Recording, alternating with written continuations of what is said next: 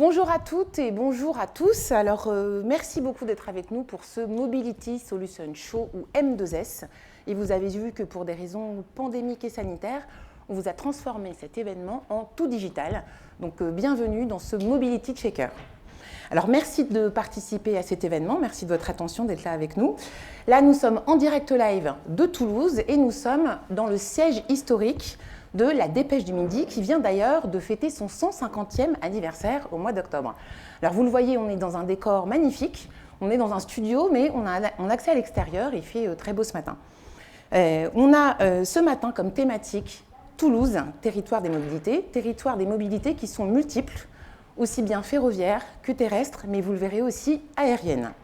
Alors cet événement est à l'initiative de Dépêche Event, mais aussi de ses partenaires fondateurs, actifs et premium que sont Toulouse Métropole et Tisséo Collectivité, donc qui vont rester avec nous tout au long de cette émission. Comme partenaire, on a également Vinci Autoroute et le soutien de France Urbaine. Vous verrez que vous pourrez retrouver tous les échanges de notre moment ainsi que 11 autres conférences dédiées au sujet des mobilités sur le site qu'on vous a mis à disposition, www.m2s-show.com. Là, cet événement, c'est évidemment écouter, s'informer, partager, faire du réseau, mais c'est aussi participer et interagir. Pour interagir, on vous a mis à disposition un hashtag. Vous avez vu, c'est le hashtag Mobility Shaker, que Ben Costantini, qui va rester toute la matinée avec nous, aura le plaisir de nous faire remonter pour avoir vos réactions. Alors, Mobility Shaker, c'est Ben. Bonjour Ben, ça va? Bonjour Isabelle, ça va très bien. Alors, d'être avec vous. Merci, c'est vous qui allez un peu nous titiller la twittosphère pour voir ce qui se passe de ce côté-là et quelles sont les questions de nos internautes. Impatient. Alors, pour en parler, casting de choix ce matin avec des acteurs du secteur privé, des entreprises, Soprasteria, Continental Automotive, Ascendance Flight Technology, Hyperloop, et nous aurons également du côté des institutionnels, évidemment Toulouse Métropole et Tisséo Collectivité, mais aussi la région Occitanie. Alors ce matin, c'est donc Toulouse Métropole qui va ouvrir le bal. Et pour commencer, je vais demander à Dominique Faure. Bonjour Dominique Faure, vous êtes donc vice-présidente de Toulouse Métropole, vous êtes aussi maire de Saint-Orens, également avec une belle carrière avant dans le monde de l'entreprise, ce qui aide aussi pour comprendre les enjeux des entrepreneurs. J'ajoute que vous êtes également une ancienne championne de tennis, donc solide sur les appuis, Dominique, ce matin, et que vous êtes aussi très active sur les mobilités, et en particulier les mobilités du futur. Alors, quelles sont les problématiques sur la mobilité et comment Toulouse Métropole se positionne sur ce sujet? Alors tout d'abord, vous dire que je suis ici en représentation de notre président Jean-Luc Boudin, qui est bien sûr, merci au groupe La Dépêche du Midi d'organiser cet événement et puis rappeler que je ne suis là qu'en représentation de notre président Jean-Luc Boudin, président de la métropole, maire de Toulouse, et dire ô combien il est attaché, nous sommes tous attachés à cet événement. Pourquoi? Parce qu'en fait il ancre encore plus cet axe de diversification que nous travaillons vraiment d'arrache-pied depuis 4-5 ans, que sont les mobilités du futur.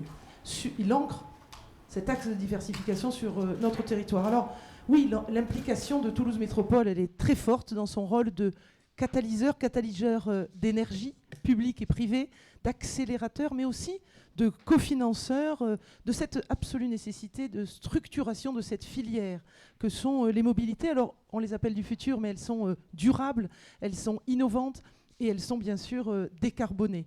Donc, l'histoire de notre métropole prouve que cet ancrage, il n'est pas parachuté. En fait, Toulouse est pionnière de ce que l'on appelle les système embarqué, l'électronique embarquée, c'est le berceau de la robotique. Et puis, plus récemment, grâce à nos chercheurs dans le domaine des mathématiques et de l'intelligence artificielle, et on sait ô combien l'intelligence artificielle est au service de la robotique. Alors je voudrais, même si c'est un peu ingrat, mais quand même, donner quelques exemples concrets en matière d'ancrage de ces mobilités sur notre territoire. Je voudrais les citer parce que toute cette force de notre territoire, qu'elle soit industrielle, servicielle, que nous, les institutions, nous sommes là pour catalyser et je l'ai dit, eh bien, elle prend ses racines sur des chercheurs, des scientifiques, des laboratoires de recherche publics.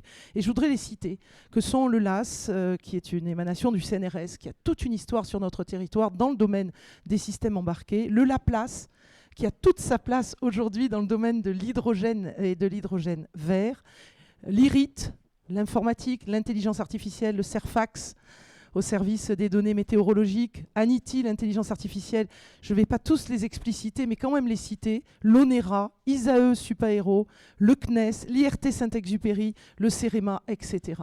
Vous voyez, de par le nombre au moins, et pour ceux qui viennent de ce monde, combien ces systèmes embarqués, cette électronique embarquée, qui est le berceau de ce que l'on appelle les mobilités du futur, est extrêmement fort. Et si aujourd'hui, on a attiré un certain nombre d'industriels et de très belles entreprises des services que sont EasyMile, la navette autonome, si on a attiré un des grands acteurs de la technologie Hyperloop avec Hyperloop TT, Transformation je crois, oui, voilà, c'est ça. Et excuse-moi, Alexandre, qui sera avec nous tout à l'heure. Eh bien, c'est parce que tous ces laboratoires de recherche sont vraiment des vecteurs d'attractivité de notre territoire. Alors on le voit, Dominique Faure, c'est une manière de relier le monde du secteur public, du secteur privé, mais aussi le secteur académique et le secteur de la recherche et de l'enseignement supérieur. Pendant la préparation de cette émission, alors ils m'ont tous parlé quasiment, à l'unanimité les intervenants, de cette fameuse zone de Francazal. Donc cette zone de Francazal qui était, je crois, un ancien terrain militaire. Alors qu'est-ce qui se passe à Francazal et quelles sont les spécificités, les développements à venir sur cette zone de la métropole ? Oui, alors effectivement, je suis ravie qu'on vous ait beaucoup parlé de Francazal parce que effectivement, vous savez, dans ce monde de compétition que se livrent les métropoles aujourd'hui, et j'ai parlé d'attractivité, il faut avoir une adresse d'une filière.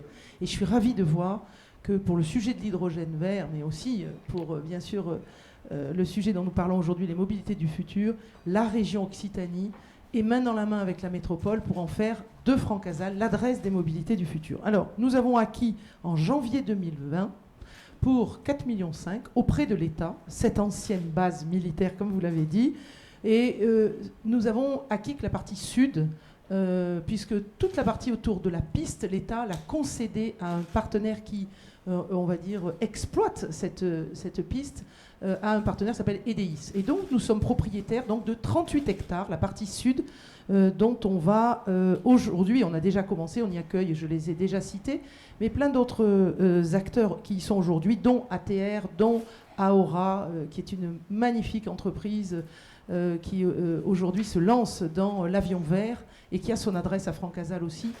Et donc, en fait, Francazal traduit vraiment notre volonté de favoriser cette filière et de lui donner une adresse. Alors, quelques éléments concrets pour indiquer ce qu'est Francazal aujourd'hui. C'est un lieu dans lequel on fait des expérimentations. Et si on se projette à quelques années, eh bien, on se dit que c'est aujourd'hui, et de façon extrêmement crédible avec ce monde scientifique, que c'est entre 2000 et 5000 emplois qui seront à Francazal dans les 5 à 10 ans.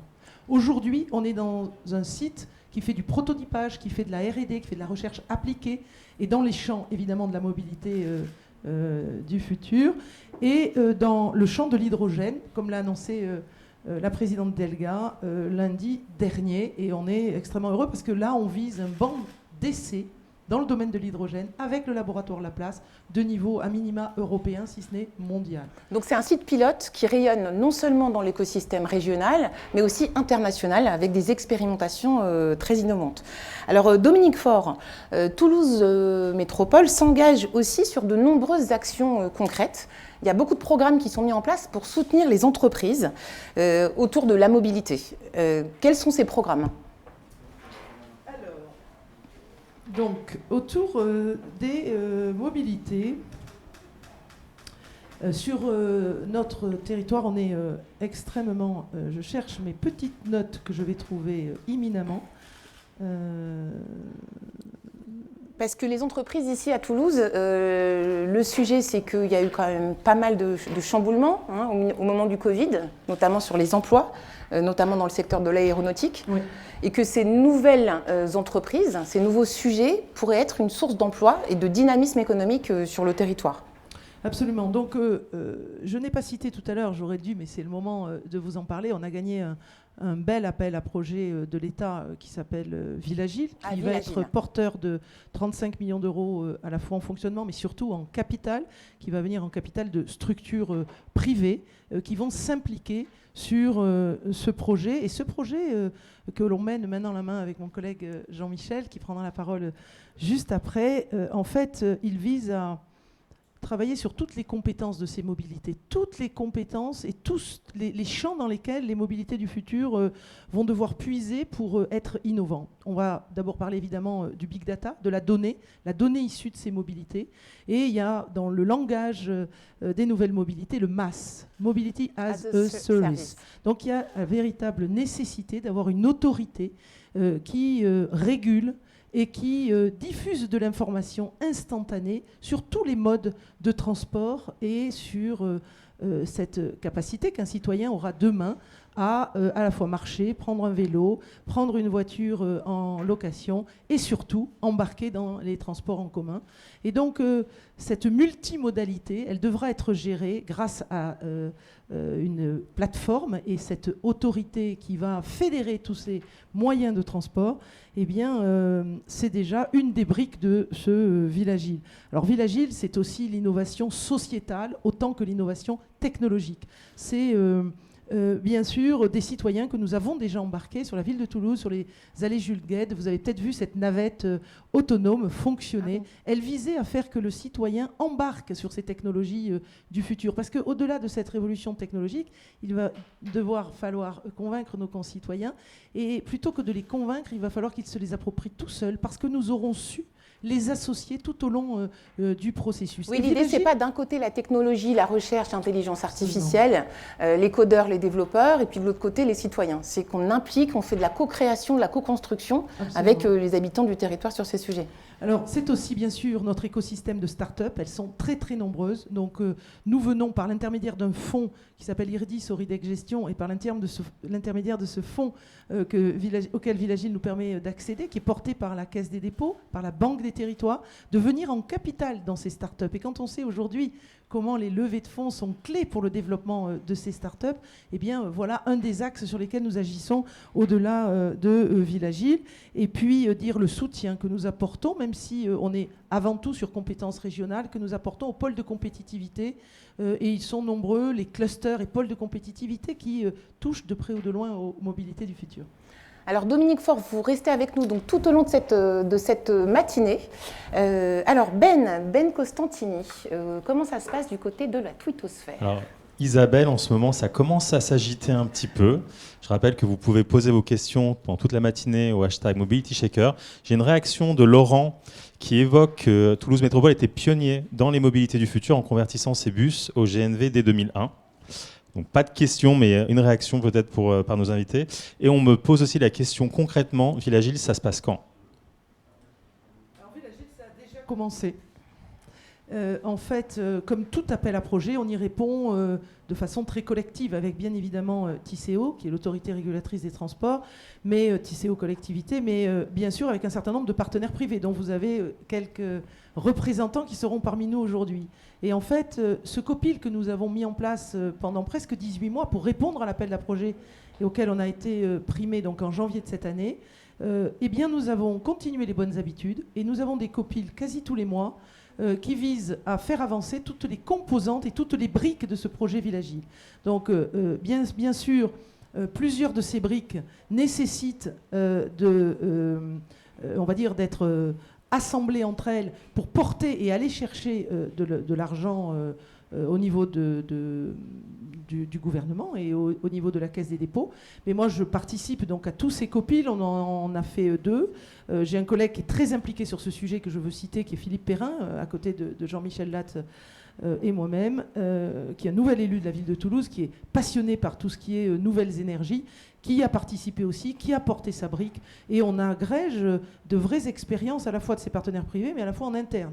Donc aujourd'hui, Villagile, c'est, j'ai envie de dire, déjà réalité. On a déjà levé des fonds, on a déjà mis en œuvre.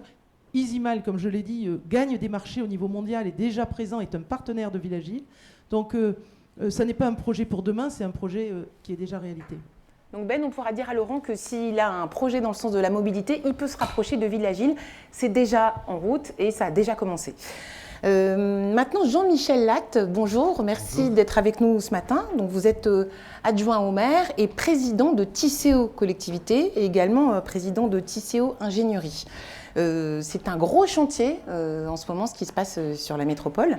J'aimerais que vous puissiez nous parler un peu plus en détail du fameux plan de déplacement urbain et non pas de développement urbain. Oui, alors je crois qu'il faut replacer Tisséo dans son contexte juridique.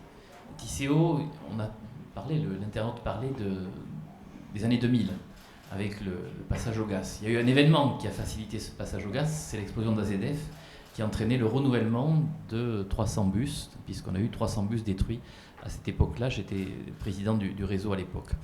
Le choix qui a été fait a été de changer d'énergie et de profiter de cette catastrophe pour en faire un plus, avec l'idée que le gaz pouvait être un outil beaucoup plus écologique que le diesel.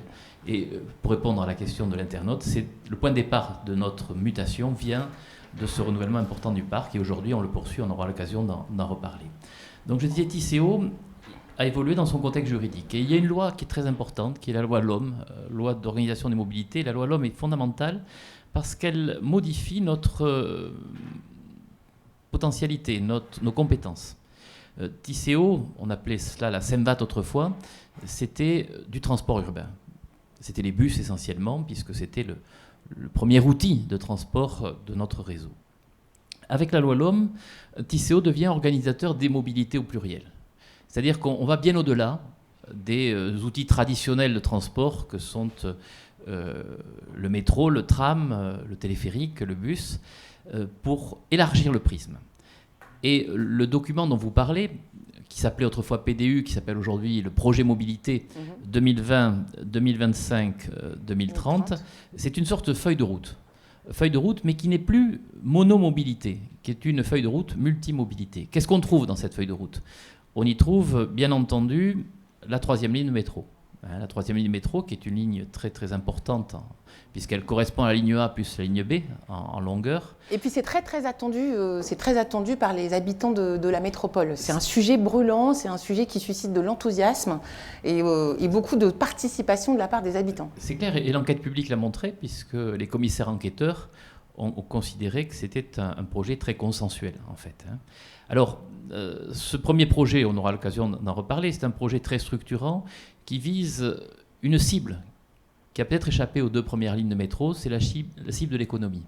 C'est-à-dire que les 2 premières lignes sont très performantes sur, le domicile centre-ville, donc la dimension commerciale du centre-ville, entre autres, alors que la 3e ligne, elle est transversale et elle porte sur les zones économiques de notre métropole. Et c'est ce qui est important. L'enjeu, c'est quoi? C'est qu'on puisse multiplier la capacité de faire des trajets domicile-travail, ce qui n'était pas tout à fait le cas aujourd'hui. On voudrait que 2 personnes sur 3 dans la métropole aient la capacité d'aller travailler avec l'utilisation d'un transport lourd. Et puis, il n'y a pas que... L'idée de cette 3e ligne aussi, c'est que les gens qui travaillent sur cette zone-là n'avaient quasiment pas d'autre choix que d'utiliser leur voiture et de leur proposer une vraie alternative concrète, sachant que Toulouse gagne en plus des habitants, la métropole. Bien sûr. Il y a des habitants qui arrivent en masse chaque année, donc il va bien falloir absorber cet afflux démographique. L'exemple que vous donnez sur des entreprises qui n'étaient pas captées par le transport lourd, on le retrouve par exemple avec Airbus.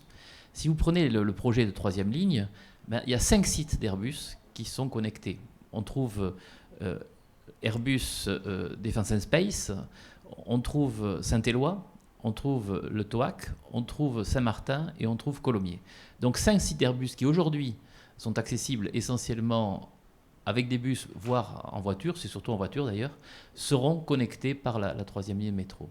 Mais Je dirais, il n'y a pas que ça. Le projet mobilité, c'est justement une multiplicité d'outils. L'idée qu'aujourd'hui, on peut tout résoudre avec un seul outil, c'est une idée fausse. Alors, le métro, c'est important. C'est le premier projet de transport de France après le Grand Paris. Donc, c'est vraiment important. Mais pour autant, le métro n'est efficace que s'il est maillé avec beaucoup d'autres outils. Alors, vous me faites une superbe transition. J'allais vous interroger, parce que c'est également un sujet très attendu, Jean-Michel Latte, le téléphérique. Oui. Le téléphérique aussi, ça nous fait pas mal rêver. On a envie de voir cette ville transformée. Est-ce que ça va ressembler au téléphérique qu'il y a à Barcelone ? Non. Pas du tout. Le téléphérique qu'on prend à la montagne, pour aller, cette année, on ne va pas aller à la montagne, malheureusement, mais il va être comment ce téléphérique ? Vous savez, moi je suis d'origine pyrénéenne, alors j'apprécie beaucoup ce choix, ce téléphérique. Ouais. Alors, ce téléphérique, il faut le prendre comme un maillot. Si on prend le téléphérique en soi, il permet d'aller de Paul Sabatier à l'Oncopole en passant par le CHU, c'est quand même assez limité. En fait, le téléphérique, c'est un maillon de ce qu'on appelle la ceinture sud.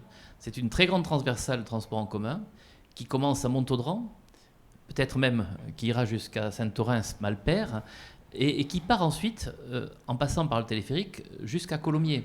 L'enjeu, c'est quoi ? C'est qu'on ait une grande transversale sur le sud toulousain qui permette aujourd'hui d'éviter le système actuel. C'est-à-dire aujourd'hui, quand vous êtes à Colomiers et que vous allez à Paul Sabatier ou au CHU, ça prend un temps fou parce qu'il faut aller au centre-ville de Toulouse et repartir du centre-ville pour aller ensuite vers l'extérieur. Certains appellent ça d'ailleurs, je crois, sur le territoire, la diagonale du vide, où il y a comme une zone assez peu desservie et les projets en cours visent à combler ce manque. Et l'enjeu, c'est de combler cette diagonale du vide, comme vous le dites, avec un outil majeur au milieu, bien sûr, le téléphérique. On parle beaucoup du téléphérique. C'est un investissement de plus de 80 millions d'euros avec des cabines qui vont passer toutes les minutes et demie. Alors vous disiez à quoi ça ressemble ? C'est comme si on prenait un téléphérique de montagne et qu'on multipliait par 15 les cabines. C'est-à-dire que c'est un carrousel de cabines qui correspondent à des cabines téléphériques, en gros, 35 personnes par cabine, et qui se présentent toutes les minutes et demie. Avec un élément environnemental majeur, c'est que la consommation électrique est faible. Vous avez au-dessous de l'Oncopole une ferme qui produit de l'électricité solaire. On a calculé que la consommation du téléphérique, ce serait le tiers de la production de cette ferme. Donc c'est vraiment quelque chose qui est très économe et qui ne perturbe pas beaucoup les Toulousains parce qu'on est en aérien et donc ça ne pose pas de problème de travaux, de chantiers. Oui, il n'y aura pas de grosses infrastructures qui vont perturber le sol, les routes. C'est assez léger en termes d'infrastructures. Et puis il n'y a pas que ça. Il y a aussi tout le réseau Linéo. Le réseau Linéo, ce sont ces bus de haute qualité avec des trajets qui sont améliorés et une fréquence très forte. La dépêche la semaine dernière a dit que c'était un élément majeur de baisse de la pollution dans notre région. Pourquoi ? Parce qu'on a beaucoup plus de bus qui passent, mais ce sont des bus propres. Et donc, ça impacte nécessairement la qualité de l'atmosphère. Donc, on a ce réseau de 10 linéos, on ira jusqu'à 15 linéos sans doute, qui permet de mailler le territoire avec l'idée que le bus, ce n'est pas un système obsolète, ça reste moderne et ça peut se greffer sur le reste. Et puis, vous avez parlé, et Dominique en a parlé aussi, de la thématique mobilité à ce service. Moi, je dis plutôt mobilitat cum un servici en occitan. C'est la mobilité servicielle, en fait. L'idée, c'est quoi ? C'est que la personne aujourd'hui qui veut se déplacer, elle le fait autrement qu'il y a quelques années. Pourquoi ? Parce qu'on a des outils nouveaux qui permettent d'optimiser le déplacement. Et Tisséo veut être un acteur majeur de cette mutation avec la création sans doute d'une application multimodale qui permettra de combiner un passage en train, un passage en vélo, un passage en métro, un passage en bus. Le but, c'est qu'on puisse avoir le choix, que je puisse faire peut-être une partie de mon trajet en vélo, déposer mon vélo et ensuite prendre le métro et puis prendre le téléphérique. En optimisant. Et en optimisant et en choisissant une multimodalité sur un trajet donné. Avec une tarification qui devra être intégrée. C'est-à-dire qu'un des gros chantiers que nous avons à faire, c'est la tarification et la répartition de la tarification entre les différents acteurs de ce trajet. Alors Jean-Michel Latte, merci beaucoup. Vous restez avec nous tout au long de cette matinée. Je vais maintenant demander à Ben de nous faire remonter des questions d'internautes. Alors j'ai à nouveau Laurent qui a l'air passionné par le sujet du gaz. Voilà. Donc l'hydrogène vert et le biométhane sont complémentaires tant pour la mobilité que pour le power to gas ou la recherche. Et je vois le hashtag Villagile apparaître dans son tweet. Une réaction peut-être sur ce point et j'ai aussi une autre question. Alors, on a mis en place des centrales de gaz dans nos dépôts. Il y a la dernière qui se met en place sur Colomiers bientôt. la réflexion que nous menons aujourd'hui, et je crois que ça touche un des points qu'il vient d'évoquer, c'est le gaz entre guillemets propre, naturel, avec l'utilisation des déchets pour pouvoir récupérer le gaz nécessaire. On y travaille, hein, c'est un des enjeux majeurs pour nous. Le gaz ne pollue pas ou peu. L'enjeu pour nous, c'est d'avoir un gaz qui lui-même soit issu d'une production renouvelable et qui soit productif par rapport à ça. Et bien sûr, ça intègre le projet Villagile.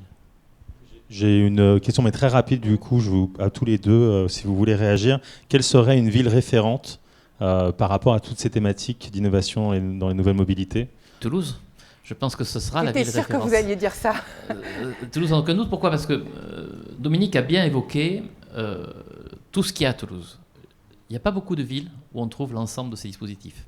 Ensuite, vous chercherez une ville qui développe en matière de transport en commun le tram, le métro et le téléphérique. Vous trouverez New York, vous trouverez Barcelone et vous trouverez Toulouse. Donc on est vraiment sur un écosystème qui est très particulier et qui peut nous permettre, il faut qu'on travaille dessus, hein, qui peut nous permettre d'être une ville emblématique. En complément, si je peux juste me permettre, pour crédibiliser Toulouse sur ce sujet, Barcelone, avec un certain nombre d'autres villes plus petites, a gagné un très bel appel à projet européen, un EIT, sur le sujet des mobilités. Et en fait, c'était il y a 3 ans à peu près, nous avons depuis 1 an été tannés par Barcelone pour faire partie de ce groupement a posteriori, tellement pour eux, c'était gagnant que de faire rentrer Toulouse dans cette réflexion des 3 ans à venir sur le sujet des mobilités du futur. Nous avons répondu évidemment positivement. Et donc nous sommes identifiés par l'Europe comme un des territoires majeurs dans le domaine des mobilités du futur. Merci, c'est EIT Urban Mobility, c'est de ça dont vous parlez, j'imagine. Merci beaucoup. Donc Ben, on pourra dire à cet internaute que ce n'est pas Toulouse qui court après les autres pour les imiter, c'est plutôt les autres qui courent après Toulouse Métropole. Vous pouvez être fiers. On va maintenant accueillir notre invité suivant. Alors, je vais maintenant demander à monsieur Didier Bosque de Sopra Steria de nous rejoindre sur le plateau. Alors, bonjour, on fait tous attention aussi à votre santé, à notre santé, en enlevant nos masques juste avant d'arriver sur ce plateau et en restant à bonne distance. Alors, Didier Bosque, vous êtes directeur innovation et transformation digitale chez Sopra Steria. Et on a beaucoup parlé, vous et moi, pour préparer cette émission, de cette fameuse gouvernance collaborative des mobilités, en sachant qu'il y a plusieurs équations à résoudre ici sur le territoire de la métropole. Beaucoup de trafic sur le réseau routier, notamment cette zone nord-ouest, avec parfois jusqu'à la voiture utilisée à 73% des cas, mais surtout avec des gens tout seuls dans leur voiture. Dans ce cadre-là, quel est l'apport du digital et des données pour essayer de mettre en place cette gouvernance collaborative des mobilités ? Alors, peut-être tout d'abord, en fait, ce que je souhaite faire, c'est remercier Jean-Michel Latte et Dominique Faure, en fait, de donner l'opportunité aux entreprises comme la nôtre, en fait, de pouvoir s'investir dans la démarche. Et donc, à travers des outils comme le schéma directeur de développement économique, à travers des outils aussi comme le schéma directeur Smart City ou les plans de mobilité, en fait, il y a un espace qui est ouvert aux entreprises et qui nous permet en fait de pousser en fait toute la puissance en fait du digital. Voilà. Et de la pousser avec un terrain d'application qui est grandeur réelle. C'est-à-dire qu'on n'est pas là pour faire uniquement de la technologie pour de la technologie.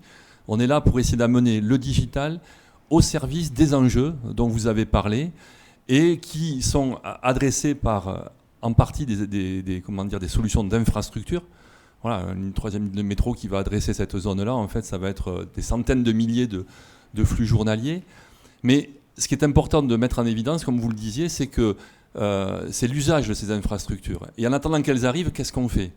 Donc on sent bien qu'il y a un champ qui est ouvert et qu'on a adressé à travers le projet Commute sur ce que vous appelez la zone nord-ouest et que nous on appelle la zone aéronautique. Pourquoi ? Parce qu'il y a les usines d'Airbus, il y a l'aéroport de Toulouse, il y a les sous-traitants d'Airbus aussi. Sopra Steria est aussi présent sur cette zone-là avec ses 3000 employés.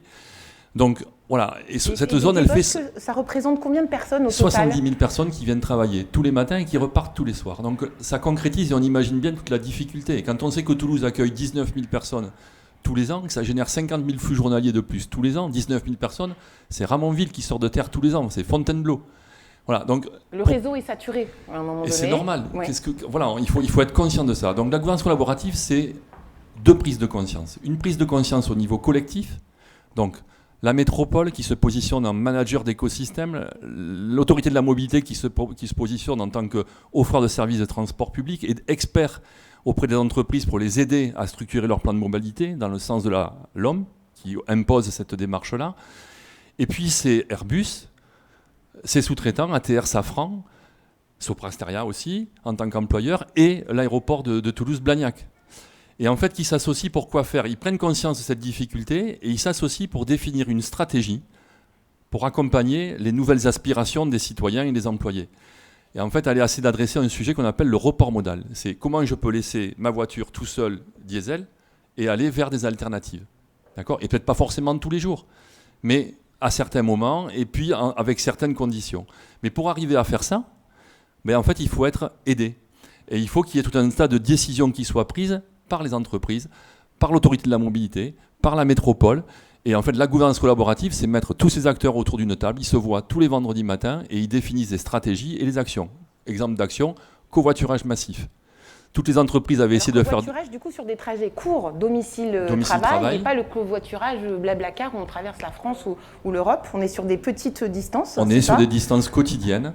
Et donc, ça veut dire qu'il y a effectivement les applications digitales qui permettent ça. En l'occurrence, on a choisi une qui s'appelle Caros, et complètement tournée vers cette problématique-là, de proposer des trajets en temps réel, par des mécanismes d'échange. Moi, je sais que je l'ai pratiqué, et c'est très pratique, et ça marche bien. Et pour vous donner quelques idées, en fait, les entreprises avaient essayé de faire du covoiturage de façon individuelle avant, et ça n'avait pas marché. Alors pourquoi, d'après vous, ça n'avait pas marché? Alors là, dans Commute, ce qui s'est passé, c'est qu'en fait, sous l'impulsion de l'aéroport de Toulouse-Blagnac et de sa responsable Anne-Julia à l'environnement, ils ont lancé une opération covoiturage massif. C'est-à-dire qu'en fait, ils ont choisi ensemble une solution, et elle a été déployée avec une forte communication de chacune des entreprises. Et résultat des courses, lancement en septembre 2018, 2-3 mois après, on passait à 2000-3000 covoiturages semaine. Au bout d'un an, on était à 60 000 covoiturages. Avant le confinement, on passait les 100 000. Et là, on est à 133 000 covoiturages effectués. Donc ça veut dire qu'il n'y a pas de réticence particulière de la part des collaborateurs, donc qui vont travailler dans ces entreprises, qui sont aussi des citoyens.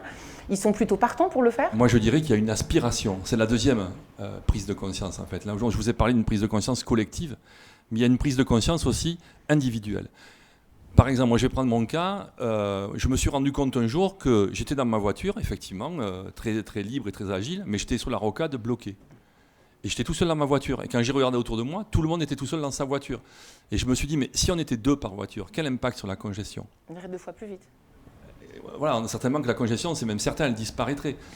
Si j'habite à 4 km de mon lieu de travail, apparemment, je suis éligible au sens de l'autorité de la mobilité à prendre du vélo. C'est-à-dire qu'en fait, les gens prennent le vélo s'ils sont à 4 km, c'est possible. Et si jamais ils sont à 7 km, ils prennent le vélo électrique. Voilà. Et là, on a... Alors Didier Bosc, excusez-moi, sur le vélo en particulier, parce qu'on en avait un peu discuté ensemble, le vélo, ça peut être un sujet un peu touchy parfois, qui peut être un peu vu comme un truc d'écolo ou je ne sais quoi. Comment on arrive à convaincre un ingénieur qui va en 4x4 tous les matins travailler depuis 15 ans, de lui dire quand même ça serait bien que tu fasses du vélo électrique? Comment il le prend? Dans le cas que vous citez, ça peut prendre un peu de temps. Mais ce qui est important de prendre en compte, c'est aujourd'hui, en fait, il y a une aspiration à changer ses mobilités. D'accord? On n'est plus dans... Il faut communiquer pour convaincre, et puis avec une approche moralisatrice. On n'est pas du tout là-dedans. Aujourd'hui, par exemple, sur le vélo, il y a une dynamique. D'accord? Et ce qu'on s'est rendu compte, au début du projet Commute, on n'avait pas mis le vélo dans les actions. Pourquoi? Parce que comme vous dites... La perception qu'on avait, c'était effectivement le vélo, c'est pour des sportifs convaincus ou des acteurs qui sont engagés dans l'environnement et qui sont aussi convaincus. Donc quelque chose de niche et qui, par rapport en fait aux aménagements nécessaires, est-ce que ça vaut le coup ou pas? Et puis pendant le projet, on a senti qu'il y avait effectivement une dynamique, notamment chez Airbus, une communauté au niveau du vélo. Et la plateforme digitale qu'on a développée a permis d'apporter une vision à la gouvernance collaborative où ils ont vu potentiellement par rapport à leurs employés qui avaient des potentiels de report modal qui étaient très forts. D'accord? Les gens habitent pas si loin que ça de leur lieu de travail, en majorité. Et donc, on avait des parts modales qui pouvaient monter, là où on était à 3-4% dans les enquêtes, à du 18%. Et si on passe... Parce que les gens, quand on va les voir après dans les comités locaux de la mobilité, nous disent « Mais attendez, le vélo, c'est pas 4 km. Il faut que vous preniez 6 km. » Et le vélo électrique, les gens, c'est pas 7 km, mais on peut aller jusqu'à 9 km. Et quand on change ces distances, eh bien, on arrive à des parts modales qui dépassent les 25%. Bon, alors après, il faut raison garder parce qu'il faut mettre tout ça en musique, mais on sent le potentiel. Et donc, la gouvernance collaborative a fait une démonstration d'agilité. Elle a décidé de lancer l'action autour du vélo. Tisséo a passé des marchés pour pouvoir sensibiliser, pour pouvoir amener des services de location. Et tout ça, c'est en cours. D'accord ? Et ça s'est passé, je dirais, en quelques semaines, quelques petits mois. Alors, là où avant, on aurait peut-être mis, je ne sais pas, 1 an, 18 mois, 2 ans à convaincre les uns, les autres, etc., mais là, rapidement, tout le monde s'est aligné là-dessus et on est parti. Et même la métropole est venue sur les thématiques d'infrastructure parce qu'il y a besoin à un moment donné, et ça on peut le voir avec la plateforme digitale, à tel endroit, il y a un point dur. À tel endroit, ce n'est pas équipé. Et quand on regarde sur le... Ah oui, ça fait comme un mapping, enfin une carte. Cartographie, Voilà. en fait, des zones où voilà. ça pourrait être un peu plus densifié, soit en vélo, soit en covoiturage. Exactement. Et vous, de façon très concrète, vous venez sur un tronçon et vous allez voir que sur ce tronçon-là, où il y a un point dur, si vous l'aménagez, vous avez un potentiel de captation en fait, de, par exemple, 2000 employés. Alors là, en fait, comment dire, en termes de décisionnel, on factualise, on rationalise et on peut passer à l'action.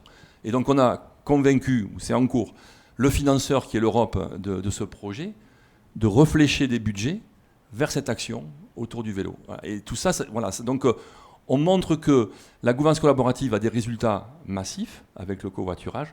Je vous ai dit 133 000 covoiturages effectués. Il faut se rendre compte, en fait. Et c'est 140 tonnes d'émissions de CO2 évitées, plus d'1 million de kilomètres évités en voiture et 450 000 euros de pouvoir d'achat gagné et en est-ce cumulé. que ça fait un gain de productivité pour les entreprises ? Certainement. Est-ce que quand on arrive, par exemple, pas tous en même temps à 9h tapante, mais un petit peu en décalé, est-ce que quand on arrive à aménager les horaires d'arrivée et de sortie, est-ce que c'est aussi un gain concret pour la productivité des collaborateurs ? Alors, c'est une très bonne remarque, parce que ça me permet de parler d'un sujet dont je n'ai pas parlé, c'est que la gouvernance collaborative adresse des thématiques avec des actions sur les nouvelles mobilités, mais il y a aussi les nouvelles modalités de travail. Donc en fait, ça veut dire quoi ? Ça vient qu'on peut venir jouer sur de l'immobilité. D'accord ? Quand on fait de l'immobilité, on enlève de la congestion. Donc le télétravail, l'utilisation des tiers-lieux à proximité de... Ah oui, c'est une brique en plus, Oui. en fait, dans ce dispositif. Vous m'excusez une minute, je crois que Ben, ça tweet. Oui, alors j'ai effectivement une réaction sur votre commentaire sur le covoiturage. Le Tweetos nous demande, réagit plutôt, en disant que ça n'a pas vraiment un impact sur la congestion en tant que telle. Je vous le lis. Non, si les voitures étaient plus remplies, il n'y aurait pas moins de congestion. La place laissée libre serait occupée par de nouvelles voitures. L'infrastructure permettrait simplement de faire passer plus de personnes. C'est une réaction peut-être que vous entendez souvent. C'est un sceptique ? Qu'est-ce qu'on lui dit ? En fait, que sa remarque est intéressante et pertinente, et que mon propos est certainement un peu simplificateur, mais comprenez-moi, en fait, mon message, en fait, c'est de venir illustrer le potentiel d'action que l'on a avec des activités qui sont complémentaires aux infrastructures et qui sont dans une posture où entreprises, autorités de la mobilité et métropole se mettent en fait en écoute et au service pour accompagner le changement des pratiques. Et donc, voilà, donc, la remarque est intéressante, je pourrais même la compléter, c'est-à-dire qu'on a constaté aussi que le covoiturage pouvait peut-être ne pas diminuer le nombre de voitures, mais peut-être prendre des parts aussi sur le transport en commun. Parce qu'il y a des gens qui utilisent le transport en commun et qui, quelques jours, vont pratiquer le covoiturage parce que c'est plus pratique pour eux ou je ne sais quoi. Donc, la personne a raison, en fait, les choses ne sont pas si simples que je le décris. D'accord ? Mais ceci étant dit, ce que je l'invite à faire, c'est se rendre compte qu'on a des leviers d'action qui peuvent permettre en fait, d'accompagner les nouvelles aspirations des gens. Et donc, quand on voit quand même cette masse au niveau du covoiturage, il y a quand même un impact qui est intéressant et qui nous engage, en tout cas au niveau de la gouvernance collaborative, à se projeter au-delà du projet européen pour pérenniser cette démarche-là. Je voulais remercier Abel pour sa question, puisqu'Abel est journaliste à France Bleu. Ah, c'est parfait. On voit qu'on est suivi, ça nous fait plaisir. À sa disposition pour échanger avec lui sur le sujet. Didier Bosc, en tout cas, merci beaucoup pour votre intervention pour Soprasteria et le dispositif que vous avez mis en place, qui fonctionne très bien et qui, je pense, va continuer à se développer. On va maintenant accueillir Stéphane May, qui est le CEO de Continental Automobile France, et qui est également porte-parole du groupe en France. Alors, pour rappel, le groupe allemand est installé sur le territoire, avec notamment l'usine de Boussins, qui a été récompensée, je crois, en 2018, meilleure usine de l'année. Et oui, tout simplement. Vous avez également une usine, je crois, à Foix, dans l'Ariège. Et évidemment, vous avez le siège français à Toulouse, avec la recherche-développement et une unité de fabrication où il y a 2300 personnes. Stéphane, bonjour, merci d'être avec nous. Alors, quel travail conjoint vous menez ici avec les autres acteurs du bassin, tels que par exemple Renault Software Lab? Comment vous travaillez ensemble? Tout à fait. Donc, on a, je pense, tous intérêt à déjà être dans le collaboratif entre grandes entreprises et entreprises de taille intermédiaire ou PME sur le territoire quant à cette question passionnante de la mobilité. Donc, comment on travaille ensemble? On s'est regroupé entre plusieurs associations professionnelles récemment pour former ensemble un cluster Totem, Totem étant un acronyme pour les transports occitans terrestres et maritimes, puisque en complément de ce pourquoi Toulouse est parfaitement bien connu, l'aéronautique et le spatial, on a un vivier très fort d'entreprises qui œuvrent dans la mobilité plutôt terrestre entre le rail et bien sûr la mobilité automobile. Comment est-ce que vous collaborez? Est-ce que c'est des réunions régulières? Est-ce que c'est un plan à 3 ans, à 5 ans? Ou alors est-ce qu'il y a des ingénieurs qui font des travaux communs? Comment ça se passe concrètement entre vos entreprises? Plusieurs dimensions, plusieurs axes. Et de un, bien sûr, comme toute association, on a donc un bureau, un conseil d'administration. On décide ensemble d'axes de travail, dont des axes d'innovation pour des projets ou d'innovation ouverte, ou alors des grands projets où on fait plutôt l'effort, où on essaye de travailler ensemble avec les instituts de recherche qui sont également présents en région Occitanie. Je pense notamment à l'IRT Saint-Exupéry et à ANITI, les deux étant présents et fortement impliqués dans la mobilité. Ah oui, les structures dont Dominique Faure parlait tout à l'heure, en les remercions. Alors vous, Continental Automotive, vous êtes une grande entreprise, vous êtes un grand groupe. Sur le plan régional, sur le plan local, la verticalité dont vous m'avez parlé quand on a préparé cette émission, alors c'est quoi cette verticalité avec l'écosystème territorial ? Quand on est une grande entreprise, je pense qu'on a en quelque sorte une chance et un devoir. La chance, c'est d'être relativement grande, donc d'avoir une relative résilience, même si par les temps qui courent, je pense qu'on est tous, comment dire, avec une certaine humilité. Toutefois, donc cette verticalité qui nous inscrit en tant que grand acteur, et je dirais presque mondial, on est 8000 en France, 18 sites, 3000 en région Occitanie, 8 usines donc, qui rajoutent à ce triptyque je développe, j'industrialise et je produis sur le territoire national et en Occitanie bien entendu. On a donc la possibilité de s'inscrire verticalement dans une structure et une filière nationale avec nos deux constructeurs nationaux qu'on connaît, qui nous permet d'accéder bien entendu à toute une structure très bien organisée sur le plan national, voire même sur le plan européen, par rapport à notre filière et les questions qui, bien sûr, préoccupent cette filière à un moment donné. Et donc, quand je vous parlais de verticalité, c'est en tant que grande entreprise, on a bien sûr un accès beaucoup plus facile à ces structures-là. Et je pense que le devoir que l'on a par voie de conséquence, c'est d'entraîner avec nous, et là je parlais plutôt d'une horizontalité territoriale, Occitanie notamment, pour justement entraîner dans le sillon des entreprises de plus petite taille, des ETI, des PME, pour ensemble être capables d'aborder des questions technologiques, des questions qui souvent nécessitent de l'innovation. Et aujourd'hui, l'innovation, elle est par essence même partagée, elle est par essence même entre plusieurs acteurs qui se retrouvent, chacun avec un bout de la, de la réponse aux défis donnés. Et donc, on s'attache à être en quelque sorte un organisme pivot entre cette verticalité et l'horizontalité qui est plutôt territoriale. Alors, est-ce que c'est le devoir un peu dont vous parliez tout à l'heure? Votre position de grand groupe vous permet d'accéder à des projets d'envergure mondiaux, internationaux, et en même temps, votre implantation sur le territoire fait que vous embarquez dans votre sillage des plus petites entreprises et des startups et des mini-projets qui peuvent devenir grands, adossé aux côtés d'un gros qui peut apporter des financements et de l'innovation. Tout à fait. C'est exactement l'idée que je souhaitais développer.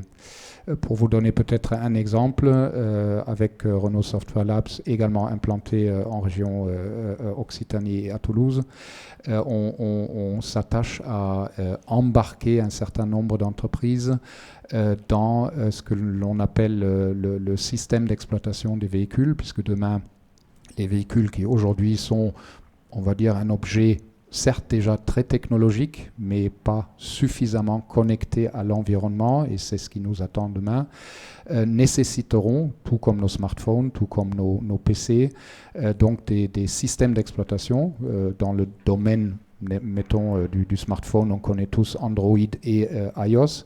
Ah oui, comme sur notre ordinateur, est-ce qu'on est sous iOS sur Mac ou est-ce qu'on est sur... Exactement. Et il faut donc unifier tout ça au niveau des véhicules. Il faut un standard, parce que si on n'a pas de standard, on n'est pas en mesure justement d'intégrer les couches logicielles qui vont croissant. Aujourd'hui, un véhicule moyen de gamme embarque, on compte dans notre domaine en millions de lignes de code. Un véhicule moyen de gamme embarque à peu près 100 millions de lignes de code aujourd'hui. Demain, 2025, ouais, plutôt 200 millions. 2030, avec une assistance forte, voire même de l'autonomie dans le sens véhicule autonome. On va être proche du milliard. Et donc, gérer cette complexité software nécessite d'avoir une gestion vraiment très rigoureuse du logiciel embarqué et du logiciel qui interagit à travers le cloud. Et donc, générer un tel standard est une étape majeure, et on pense qu'on a en région toulousaine tous les atouts pour le faire, fort justement de notre interaction avec le monde aéronautique, où cette même tendance a vu le jour avec l'arrivée de l'A380, qui était le premier avion vraiment extrêmement fortement électronifié et du coup avec des architectures qui nécessitaient, sans vouloir rentrer dans le détail, justement cette capacité de gérer le logiciel de manière plus forte. Et donc, on s'inspire en quelque sorte de ce qui s'est passé il y a 20 ans dans le domaine pour dupliquer cette expérience de l'aéronautique, comme on dit, c'est scalable ou c'est duplicable en fait dans le secteur des systèmes d'exploitation pour les véhicules du futur. Vous m'excusez, je vois que Ben frémit avec son iPad mini. Il doit y avoir des questions de nos internautes. Alors, en fait, les internautes, il se passe quelque chose, c'est qu'ils commencent à poser des questions vers la fin de notre intervenant. Donc, j'invite nos intervenants à suivre ce qui se passe sur Twitter, #MobilityShaker. J'ai des questions pour vous. Hugo me demande comment Continental voit son avenir sur Toulouse.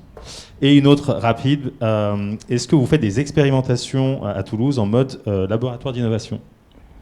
Tout à fait. Donc, l'avenir sur Toulouse, On est présent depuis 40 ans à Toulouse et on n'a pas l'intention d'en partir, bien au contraire. Je pense que j'ai suffisamment développé l'attrait de l'écosystème toulousain et occitan plus largement pour vraiment confirmer que le groupe apprécie énormément justement cet écosystème et l'apport en termes de technologie et en termes d'ingénierie. Quant à la question, c'était laboratoire d'innovation. On participe à un certain nombre d'initiatives. Je citerai le village Brescia qui est à Toulouse en centre-ville, où on est partenaire depuis 3 ans. On participe régulièrement, ou voire même on organise des hackathons avec des écoles d'ingénieurs. Et au sein de notre entreprise, on a depuis 2017 ce qu'on appelle l'InnoSpace, où on essaye d'être en collaboratif avec des entreprises ou tout simplement des projets en interne qui sont portés par les salariés. Donc non, ils ne vont pas partir. Continental Automotive reste sur le sol toulousain occitan. Et oui, il y a plein de laboratoires d'innovation. Je suis frustrée parce que j'aimerais bien vous garder avec nous, mais le temps passe. Merci beaucoup Stéphane May pour votre intervention. Je vais maintenant demander à Benoît Perrin de EasyMile de nous rejoindre. Alors EasyMile, qui est quand même très très connu, on ne va pas se mentir, mais EasyMile, donc c'est une start-up qui a été cofondée en 2014 par Gilbert Gagnère et Philippe Ligier, qu'on salue, et qui a mis au point des petits véhicules autonomes, des navettes ou des shuttles en anglais, 100% électriques, qui peuvent circuler donc sans chauffeur sur une zone précartographiée. Benoît Perrin qui vient de nous rejoindre, vous êtes le directeur général d'EasyMile, qui a 250 collaborateurs, je crois, dont plus de 150 à Toulouse, donc également gros pourvoyeur d'emplois en fait sur la métropole, 17 millions de chiffre d'affaires et 25 pays dans le monde déjà dans lesquels vous êtes présents, avec vos 2 véhicules phares, le EasyTen ou EZ10, donc cette petite navette sans chauffeur qui transporte des passagers, et le Track Easy, qui transporte des bagages sur les tarmacs d'aéroports. Tout à fait. Alors, quels usages ces petites navettes sans chauffeur, 100% électriques, qu'est-ce qu'on peut en faire et quels sont les usages possibles, Benoît Perrin? Alors, la vision qu'on a de ces navettes, c'est vraiment de connecter le transport public, on va dire, de masse important, le métro, le tramway, et avec des zones moins denses. Et aujourd'hui, on voit bien que sur des zones moins denses, c'est difficile d'avoir des bus ou des transports en commun suffisants parce que c'est justement peu fréquenté, et que des navettes autonomes ont plus de flexibilité, sont moins coûteuses pour desservir ces zones-là. Et l'idée, c'est vraiment de rendre le transport public plus attractif grâce à cela. Et parfois, aujourd'hui, les gens prennent la voiture juste parce qu'ils ne veulent pas marcher les 1 km, les 2 km qui les amènent jusqu'à la station de métro. Ou à l'arrivée, au contraire, il reste encore 500 mètres, 1 km pour arriver jusqu'à son bureau depuis l'arrêt de bus du tramway. Est-ce que ça répond à ce terme de la logistique, de la supply chain, où on dit la livraison au dernier kilomètre? C'est-à-dire le petit bout. C'est la livraison de passagers, là, en l'occurrence. mais c'est le petit bout qui reste. C'est le petit bout qui reste, qui est important pour on va dire le confort, l'attractivité du transport public au global. Et donc c'est vraiment ça notre vision, d'arriver à desservir cela. L'autre cas d'usage qu'on vise un peu plus long terme, qui est de desservir les zones rurales, par exemple des villages où aujourd'hui c'est aussi compliqué d'arriver à offrir un transport collectif suffisant, avec suffisamment de fréquence, parce que ça coûte très cher. Et là aussi, d'avoir des navettes autonomes qui sont plus flexibles, qu'on peut activer un peu à la fonction de la demande, permet de développer ça. Alors bien sûr, sur un transport rural, il faudra sans doute des vitesses supérieures. Donc ça, pour nous, c'est un peu plus long terme par rapport au pur transport en commun, on va dire urbain ou semi-urbain qu'on vise aujourd'hui. Alors vous, Benoît Perrin, avec EasyMile, vous êtes implanté donc sur le territoire. Vous avez vos bureaux en ville à Toulouse. Vous avez aussi une partie sur le site de Franck Casal. C'est quoi l'avantage d'être sur un écosystème comme la métropole toulousaine pour se développer quand on travaille sur ces sujets des nouvelles mobilités? Alors ça a été un choix, on va dire, réfléchi. Alors c'était le président à l'époque qui a pris de d'Easymal qui a pris cette décision. Il y avait 3 raisons. Hein. La première, c'était que Easymal, on est une entreprise française, mais on est sur un marché international. Hein. Aujourd'hui, la concurrence est mondiale sur ces technologies-là. Donc on avait besoin d'avoir des bonnes connexions avec l'ensemble des pays. Et c'est vrai que l'aéroport de Toulouse, le fait était important d'avoir une cité qui ne soit pas perdue au milieu de nulle part. Ça, c'est le premier point. Le deuxième point, encore plus important, c'est d'avoir accès à un écosystème d'expertise, d'ingénierie, d'université, qui soit en lien avec nos métiers. Et ça, il n'y en a pas beaucoup en France. Il y a un vivier. Un vivier d'ingénieurs, un vivier d'experts. On s'appuie beaucoup sur l'expertise de l'aérospatiale, de l'aéronautique, en termes de sûreté de fonctionnement, de robotique. Il y a des laboratoires de réputation internationale avec le LAS à Toulouse. Donc on s'appuie énormément sur cet écosystème. On a aussi un écosystème de partenaires, d'entreprises avec lesquelles on travaille, Airbus sur des aspects cybersécurité par exemple. Et puis dernièrement, le dernier point, c'est qu'on a été très bien accueillis par la métropole, par la région. Madame Faure parlait tout à l'heure de Francasal. Hein, c'est un élément essentiel pour nous puisque ça nous permet de faire nos tests et de valider. C'est un peu notre bac à sable. On construit nos outils du futur, enfin notre transport du futur autour de ça. Et cette ville fantôme qu'elle est un peu aujourd'hui est extrêmement utile. Ce qu'on dit, c'est qu'une fois qu'on a réussi à faire tourner nos véhicules dans Francasal, finalement, ils peuvent aller à peu près n'importe où. Madame Faure, je voudrais vous faire rebondir sur ce point. On dirait que c'est voir Francasal et mourir. Donc c'est presque un peu le parc d'attractions des nouvelles mobilités. Ce site de Francasal, vous avez vu, ils m'en ont tous parlé. Et ils ont tous l'air très reconnaissants de l'accueil qui leur est fait. Alors ces entrepreneurs, vous les voyez dans quel contexte? Et est-ce que vous, une fois qu'ils sont lancés, puisque là on est sur une start-up qui va bien, qui s'exporte, qui rayonne, est-ce que vous continuez à les suivre de la même manière quand ils se sont développés? Est-ce qu'on dit que vous êtes devenu une licorne? Est-ce que c'est comme ça qu'on parle? Non, pas encore. Bientôt. Oui, effectivement, ça fait énormément chaud au cœur de voir ces entrepreneurs dire ô combien l'écosystème est riche. Donc ils ont repris en fait tous les ingrédients de ce succès que nous avons aujourd'hui dans l'innovation sur les mobilités du futur, avec un projet énorme qui a été cité par Jean-Michel, qui est la 3e ligne en tant qu'investisseur. Donc quand on agrège tout ça, on se dit il manquait qu'une seule chose, c'est un lieu, une adresse, comme je l'ai dit tout à l'heure, d'innovation. Et Francasal est cela. Et on est vraiment dans notre compétence parce que, à la fois sur l'attractivité, Easymal, je m'en souviens, c'était 2015, c'est Gilbert Gagnère, son président, qui cherche un endroit où s'implanter et qui rencontre l'agence d'attractivité et dont je suis vice-présidente. Et effectivement, l'implication à la fois des services, la qualité des agents de cette agence d'attractivité, des agents de la métropole, l'implication des élus, mon collègue Jean-Claude Dardelet qui la préside, fait que on a su attirer Easymal et plein d'autres entreprises. Environ une 30aine d'entreprises, dont environ 20% touchent de près ou de loin aux mobilités du futur. Ah oui, donc c'est quand même un secteur qui prend de la place. Hein, c'est vraiment. une réalité. Et ensuite, je veux saluer le travail qui est fait par les agents de la métropole, parce que oui, la réponse à votre question, nous les accompagnons et on va dire, on ne se voit pas toutes les semaines, mais on se rencontre tous les mois, tous les 2 mois, au travers de tous ces appels à projets que nous travaillons ensemble. Et là, vous avez entendu Commute, vous avez entendu Villagile, donc pour nos internautes, là, il n'a pas cité, mais c'est Evra, un autre appel à projet qu'ils ont emporté. Tout ça, c'est de l'argent qui nous est venu de l'État et qui a rendu, parce qu'on a su travailler ensemble, le territoire extrêmement attractif. Alors Benoît Perrin, les véhicules autonomes Easymal, d'ailleurs les images elles sont très intéressantes, il y a quand même toujours cet effet waouh hein, du véhicule sans conducteur. Comment est-ce qu'on pourrait vous différencier des véhicules autonomes? On a dû vous faire la comparaison plein de fois, mais je ne peux pas m'en empêcher. Les véhicules Google ou Tesla aussi, qui sont des véhicules autonomes. Vous, quel est votre facteur différenciant? Alors, c'est une question qu'on a souvent, c'est vrai. Notre approche est très différente. En fait, on a pris une approche qui n'est pas moins ambitieuse, mais qui est plus progressive. Donc l'idée, c'est vraiment que le problème du véhicule autonome est compliqué.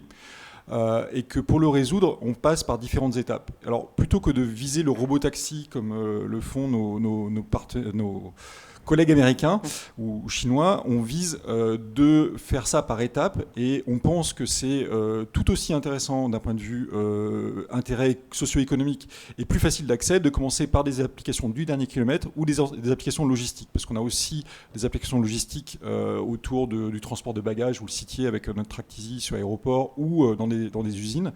Et donc c'est en faisant ces différentes marches qu'on monte l'escalier. Et donc c'est vraiment cette approche progressive qui permet de déployer plus rapidement nos produits et d'apprendre à partir de ça. Et puis après, sky is the limit. Hein, donc avoir envie d'avancer step by step, petit à petit, comme on dit, ça n'empêche pas de se déployer à grande échelle à l'international.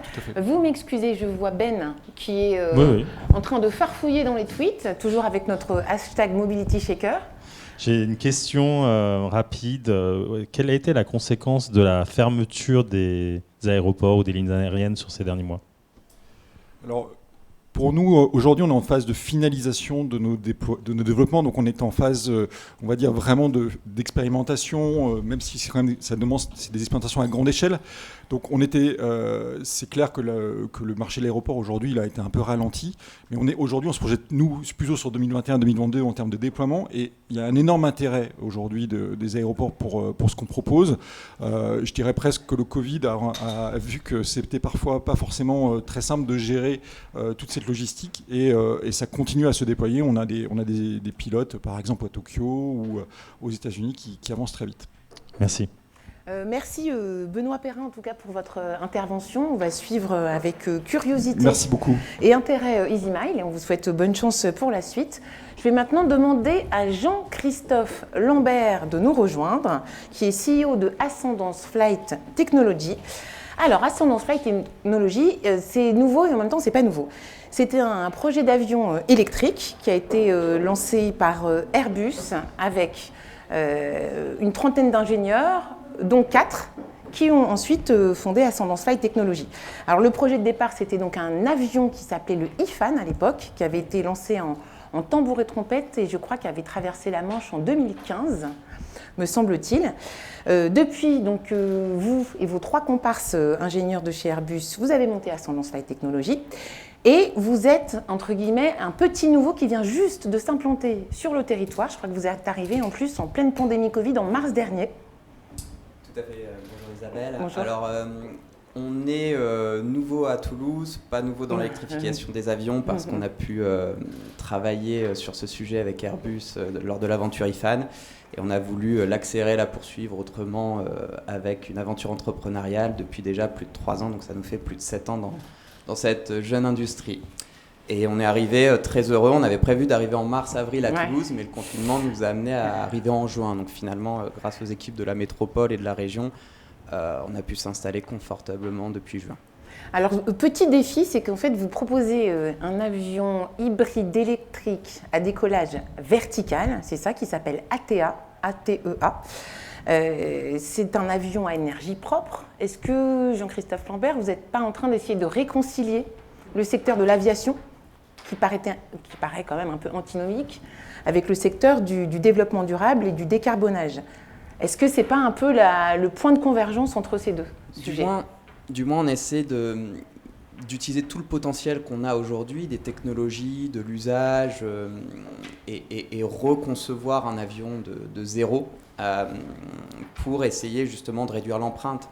ATEA permet quand même de gagner 50 à 80% d'émissions par rapport à un hélicoptère, ce qui est quand même énorme. Et on a en fait une feuille de route sur une dizaine d'années qui nous permet d'arriver à l'avion décarboné et d'accompagner en fait cette transition. À travers ATEA, et l'ambition d'Ascendance, c'est d'être un acteur de la transition énergétique vers une mobilité puis une aviation plus propre sur des dizaines d'années. Ce que j'ai l'habitude de dire, c'est que c'est un catalyseur technologique. C'est-à-dire qu'on développe un avion, c'est un produit, mais on dépose un certain nombre de brevets sur des technologies qui pourraient être mises à disposition d'autres avionneurs ou d'autres acteurs de l'aéronautique sur des nouvelles énergies.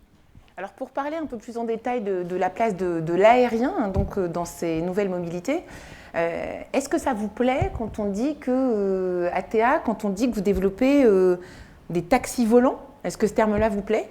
Je vois que non. Je ne l'aime pas trop.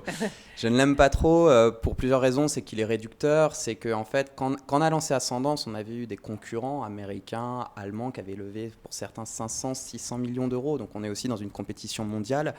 L'un des facteurs motivants, c'est de se dire la France ne peut pas être démunie de projets sur cette aviation plus propre, à décollage vertical, mais avec un élément différenciant, c'est l'hybridation. Mais pourquoi ? C'est une vision marché, c'est de dire que nous, on pense que cette aviation elle va venir sur des usages qui nécessitent plus de distance, avec un décollage, un atterrissage à proximité ou dans les villes, mais sur une mobilité potentiellement plus régionale, mais aussi des services médicaux, de l'urgence sanitaire et aussi de la surveillance. Ah oui, donc ça serait aussi des services publics qui pourraient bénéficier de ces nouvelles technologies pour rendre les villes et les territoires mieux reliés les uns entre les autres, avec des services publics plus optimums. Exactement, c'est pour ça que le mot taxi volant, je le trouve très limité. On voit plus loin, on voit un usage plus large, on voit un marché qui va se développer d'abord sur ces usages avant d'avoir une mobilité intra-urbaine sur laquelle on pense qu'il y a des alternatives autres qu'un aéronef, on va dire. On mentionne aussi beaucoup la réduction d'émissions, donc 50 à 80% pour Ascendance. On fait 4 fois moins de bruit qu'un hélicoptère, donc la nuisance sonore est aussi une des nuisances. Et c'est quelque chose qui est majeur dans tous nos développements, c'est-à-dire que on a la sûreté, ça on ne peut pas le renier, c'est l'industrie aéronautique, c'est la sûreté. La performance qui doit rencontrer un marché, mais maintenant on met l'environnement au même niveau, et que ce soit dans des analyses de cycle de vie, que ce soit dans des choix qu'on a à faire au détriment des fois de la performance, on fait ce choix-là, donc c'est quelque chose quand même qui est prégnant dans le quotidien de nos ingénieurs et dans la stratégie de la société. Alors Jean-Christophe Lambert, est-ce que c'est pas un peu un casse-tête aussi d'avoir en fait à construire un nouvel aéronef avec tout ce que ça implique comme technologie, mais en même temps il faut voir aussi ce qui se passe du côté de la réglementation. La réglementation sur l'usage du ciel, elle est assez neuve. Et est-ce que vous n'êtes pas un peu dépendant de l'évolution des normes en fait sur les autorisations de vol et notamment au-dessus des villes et des grandes métropoles ? On est totalement dépendant et on s'inscrit dedans, c'est-à-dire dans cette évolution. Ça a commencé avec le programme IFAN, j'en ai parlé, où là c'était la réglementation des batteries, on travaillait avec l'EASA. 4 mois après avoir quitté Airbus, on était dans un appartement comme toute start-up, garage, on était à l'EASA. C'est-à-dire qu'on avait notre concept d'avion et on est déjà allé à l'EASA. Et l'EASA travaillait sur l'évolution de ces réglementations. Et on a été partie prenante de l'évolution et d'une nouvelle réglementation qui est publique depuis 2019. Et on continue à travailler avec eux pour la mise en place et l'évolution. Donc c'est quelque chose qu'on a intégré très tôt dans nos développements et c'est quelque chose qui est fondamental pour nous. On ne compte pas y déroger, mais on compte aussi apporter notre connaissance et puis notre expérience parce qu'on a des nouveaux acteurs qui arrivent, c'est normal, mais c'est une industrie qui est très complexe et je pense qu'on doit s'appuyer sur les expertises qu'on a aussi en France et la chance d'avoir des acteurs expérimentés dans cette jeune thématique. Vous aussi, vous partagez avec vos camarades le bac à sable, le terrain de jeu de Franck Casal. Est-ce que vous voyez souvent entre entrepreneurs ou pas là-bas ? Alors, on se voit, oui. On n'a pas un collectif. Alors moi, je suis jeune entrepreneur. Enfin, on est arrivé en plus, malheureusement, on a eu des confinements. Oui, c'est pas simple, on essaie de s'intégrer. Puis voilà. Si, on voit d'autres entreprises, on essaie d'échanger entre entrepreneurs. Je pense qu'on peut aller encore plus loin dans l'intégration, on l'espère, avec Ascendance. On fait partie de la French Tech, par exemple. On est au village du Crédit Agricole, donc on a d'autres entrepreneurs. Concernant Franck Casal, pour nous, en fait, on est arrivé dans la région pour 3 raisons. Région et puis métropole. Premier, c'est le recrutement. Ascendance recrute. On a des postes ouverts aujourd'hui, donc ça fait un peu bizarre, mais l'aéronautique recrute, c'est une nouvelle thématique. Donc minute auto-promo, vous entendez, en ce moment, il y a des gens qui perdent leur emploi, il y a des gens qui cherchent du boulot. Donc Ascendance recrute. Vous pouvez envoyer vos CV à Jean-Christophe Lambert. Voilà, c'est important de le dire. Je pense qu'on est dans une situation où il faut donner aussi de la visibilité. Et quel magnifique potentiel aussi de ressources et d'expertise que la région et la métropole. La deuxième chose, c'est le réseau de personnes, de laboratoires. Et la troisième, c'est les infrastructures. Une entreprise comme Ascendance, on est industriel, c'est de l'expérimental. Et pourquoi on est venu de Paris ? On était à Paris avant. C'est pour accélérer ces expérimentations. On a des protos qui vont voler, on a des protos qui ont volé. Donc il faut de la place, il faut de l'espace. Et en cela, Franck Casal nous a permis de nous déployer en moins d'1 mois très rapidement pour accompagner nos projets. Et on a des ingénieurs qui sont en train d'intégrer des moteurs et qui sont en train de faire beaucoup d'activités en ce moment même. Donc ça va très très vite là. On est sur une installation rapide où ça s'enclenche rapidement grâce notamment aux collectivités locales, aux institutionnels qui boostent. Ben, les tweetos. Ah mais ils sont en feu, en fait, j'ai pas le temps de tout suivre. Par contre, j'ai mon ami Abel qui est revenu avec une précision. EASA, c'est quoi ? Ah, excusez-moi, c'est l'autorité européenne qui certifie les avions. Donc autant les gros avions comme un A320 qu'un avion 2 places ou 4 places ou qu'un hélicoptère.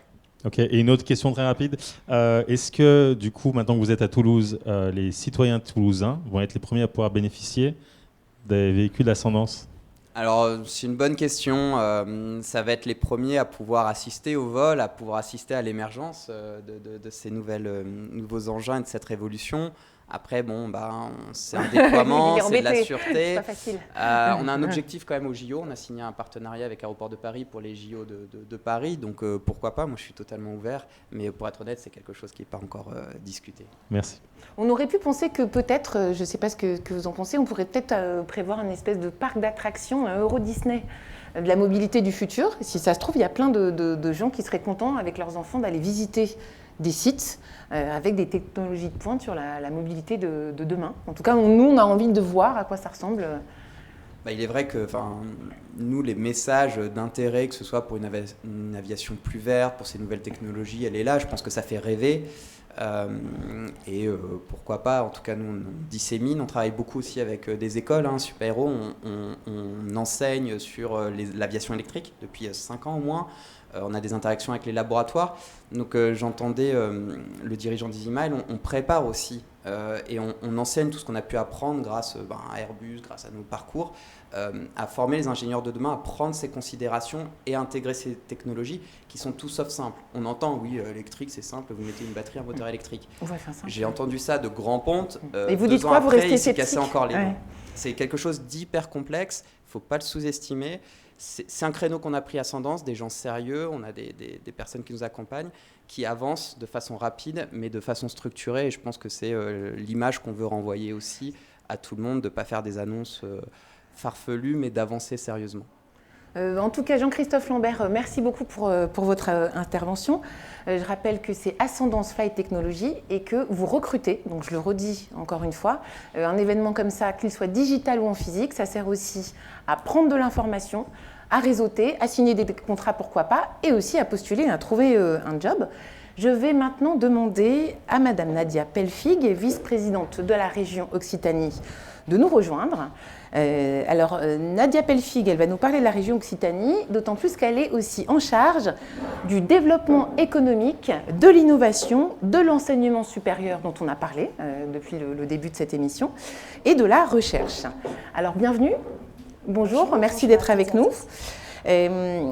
Alors là, on est sur un niveau donc plus macro, plus grand. Donc la région, c'est 13 départements, je crois que c'est presque 6 millions d'habitants.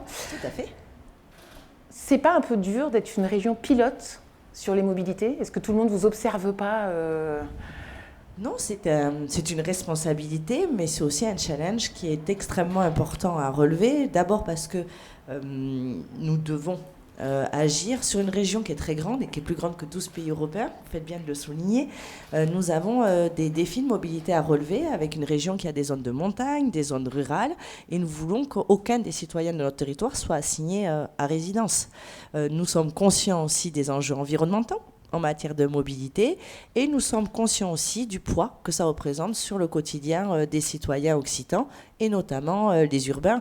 À Toulouse, que mes collègues connaissent extrêmement bien, il y a encore 6 jours de bouchons par an. Et ce sont évidemment du stress, de la déperdition économique, et il nous faut agir pour répondre plus fortement. Et la région, depuis peu, le peut plus fortement avec l'adoption de la loi LOM, qui, en plus des transports interurbains, qui étaient notre responsabilité, ou des transports ferroviaires, a désormais des responsabilités en termes de mobilité partagée, mobilité active. Et nous employons à essayer, en partenariat avec les autres acteurs des mobilités, d'apporter des solutions nos concitoyens. Alors comment vous faites pour résoudre cette équation qui me paraît quand même assez complexe?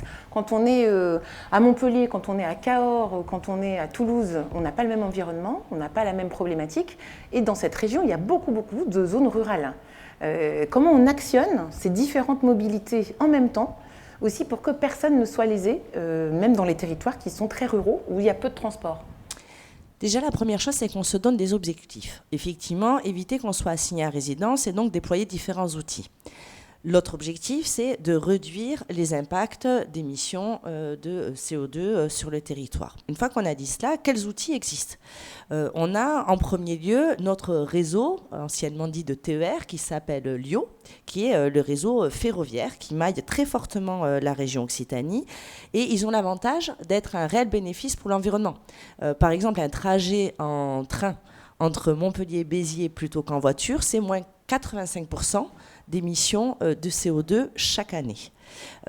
Mais on veut, nous, que les progrès de lutte contre le changement climatique s'accompagnent aussi davantage pour le pouvoir d'achat des habitants. D'ailleurs, nous avons la conviction qu'on ne pourra améliorer les impacts climatiques que si ça a une amélioration sur le quotidien et que ça se fait sans trop de contraintes en matière de solutions pour celles et ceux qui utilisent les transports en commun. Donc là, vous parlez de l'accessibilité et du prix, en fait. Accessibilité du prix, mais aussi de la présence des transports en commun. Parce que dans les freins pour le transport en commun, c'est d'abord qu'il y ait une solution qui se présente à nous. Ensuite, il y a le prix. Et en termes de prix, un trajet, par exemple, Villefranche-de-Lauragais, Carcassonne, ce sont en train, c'est à peu près 4 000 € d'économie par an pour l'usager et pour l'usagère. Pour autant, nous faisons le constat qu'en Occitanie, comme dans tous les endroits en France, c'est essentiellement la voiture qui est utilisée. L'essentiel des trajets, 50% des trajets font moins de 5 km en région Occitanie. Et pourtant, seulement 4,5% des Occitans utilisent le vélo, par exemple, en termes de mobilité active, parce qu'il y a les mobilités en zone rurale, en zone de montagne, et la présidente Delga défend la présence des petites lignes, selon la SNCF, sur notre territoire. Je suis très heureuse qu'on puisse demain aller sur la ligne Montrégeau-Luchon, qui en plus sera une ligne hydrogène vert et donc vertueuse en tout point. C'est un sujet qui vous tient à cœur, l'hydrogène vert. Absolument, mais je crois que la métropole en a parlé. Il y a ce très beau projet sur lequel nous sommes partenaires sur le technocampus de Francazal, un investissement de 40 millions d'euros. Moi, je suis extrêmement heureuse qu'on puisse travailler ensemble sur ce sujet pour le bénéfice du territoire. Et quand on veut devenir leader, il faut s'en donner les moyens. C'est un projet important entre industriels et chercheurs, et ça permet d'avancer. Mais je vous disais, la région, c'est du rural, mais c'est aussi de l'urbain. Et dans l'urbain, on a adopté le plan vélo, d'ailleurs, récemment. Nous n'avons pas la responsabilité des infrastructures et des pistes cyclables, mais nous pouvons les accompagner. Et nous voulons privilégier ce qui permet un usage du vélo en site propre, c'est-à-dire de manière sécurisée. Nous voulons construire aussi des filières économiques. Si vous, moi, utilisons davantage le vélo, si comme nous octroyons des aides financières pour l'achat d'un vélo à assistance électrique. Je ne veux pas crâner, mais je fais du vélo à Paris. J'aime bien parce que ça va beaucoup plus vite. En région Occitanie, voilà. Vous avez bien raison, mais et en région Occitanie, ici ça c'est pas dur, partout, dans pas le partout. Tarn, Regardez, Toulouse, c'est tout à fait évident. On a là, en la personne du président de TCO, sans révéler aucun secret, un praticien du Jean-Michel vélo. Latte, vous êtes cycliste. Et honnêtement, on peut faire du vélo. Il est cycliste, pour de vrai. Jean-Michel Latte, il fait du vélo. Ouais, d'accord. Et on... Donc, voilà, et peut-être a-t-il bénéficié des aides financières de la région Occitanie pour acheter un vélo à assistance électrique. On va jusqu'à 80% du prix du vélo à assistance électrique pour les personnes non imposables. Ah oui, donc vous accompagnez financièrement avec une politique incitative. Les infrastructures, quand on est appelé par les collectivités, on fait des plans vélos sur les tracés, on fait en sorte que nos cars et nos TER puissent embarquer des vélos. Parce que si on veut de l'intermodalité, il faut que les gens ils puissent mettre leur vélo à bord des transports en commun. Ah oui, c'est vrai, ouais. Et on aide aussi financièrement les particuliers pour qu'ils achètent un vélo à assistance électrique ou un vélo classique, ou qu'ils financent des réparations et de la maintenance pour soutenir l'économie circulaire, voire l'achat d'un deuxième vélo. Il faut avoir une offre complète en la matière si on veut vraiment infléchir ce qu'on appelle le report modal, c'est-à-dire qu'on laisse de plus en plus souvent la voiture pour emprunter le car, pour emprunter le train ou pour emprunter le vélo.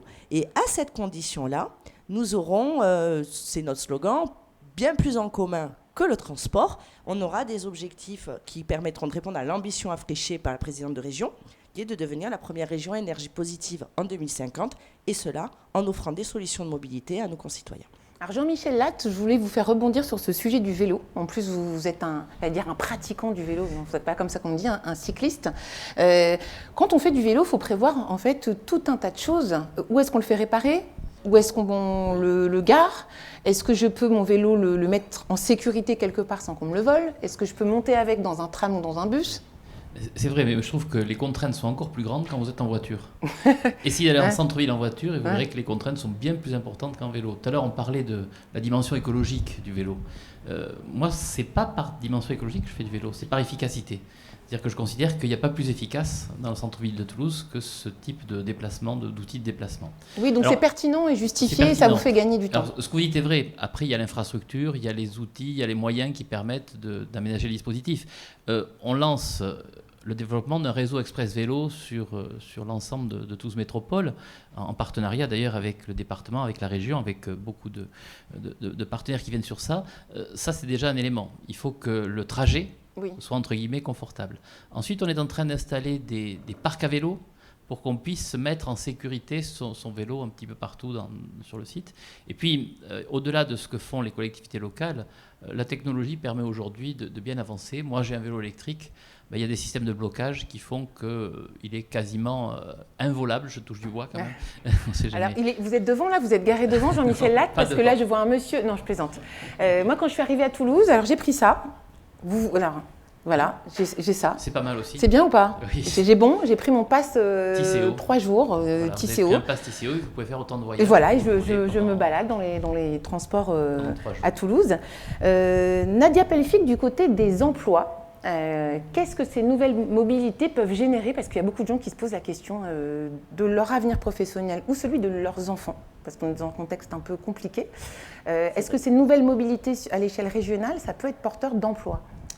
Oui. Notamment, là, vous avez vu plusieurs acteurs importants du territoire qui investissent dans ce qu'on appelle les mobilités durables et intelligentes. Ce sont des emplois importants et c'est une des raisons pour lesquelles nous avons souhaité la création d'un cluster, c'est-à-dire d'un rassemblement d'entreprises qui agissent sur ce sujet des mobilités, et ce cluster s'appelle Totem. Au moment où je vous parle, Totem, ça regroupe plus de 200 entreprises déjà, 25 800 emplois. Ah oui, 25 000. Donc c'est significatif, oui. vous voyez. Je considère, moi, que demain, ces emplois peuvent être encore plus nombreux, tout en bénéficiant aussi à celles et ceux qui seront les utilisateurs et donc les clients de ces infrastructures. Donc c'est un cercle absolument vertueux.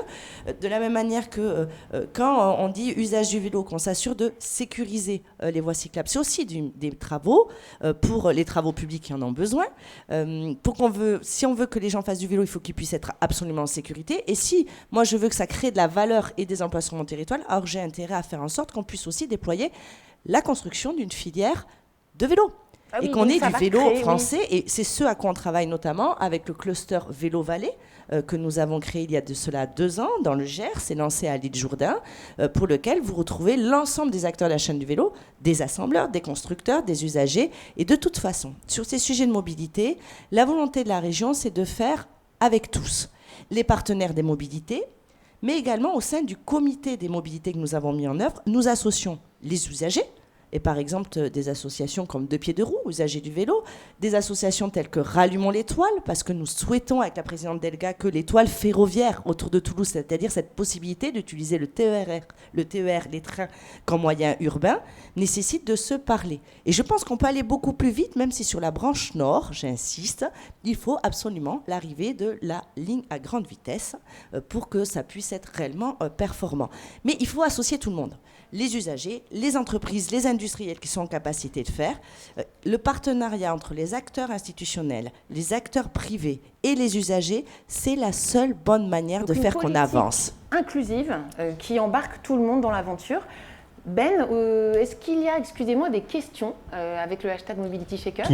Toujours. Déjà un tweetos qui nous dit « C'est génial, 80% d'aide pour un vélo électrique ».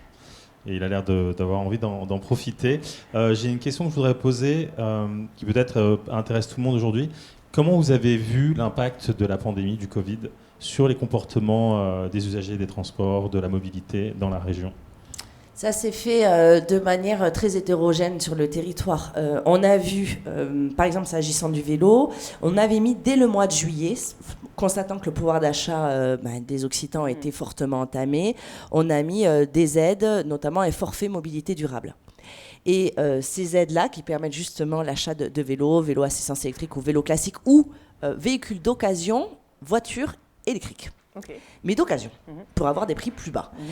Et on a vu en quelques mois le nombre de demandes d'aide tripler, s'envoler. Donc les gens ont voulu s'équiper pour être autonomes dans leur manière de se déplacer.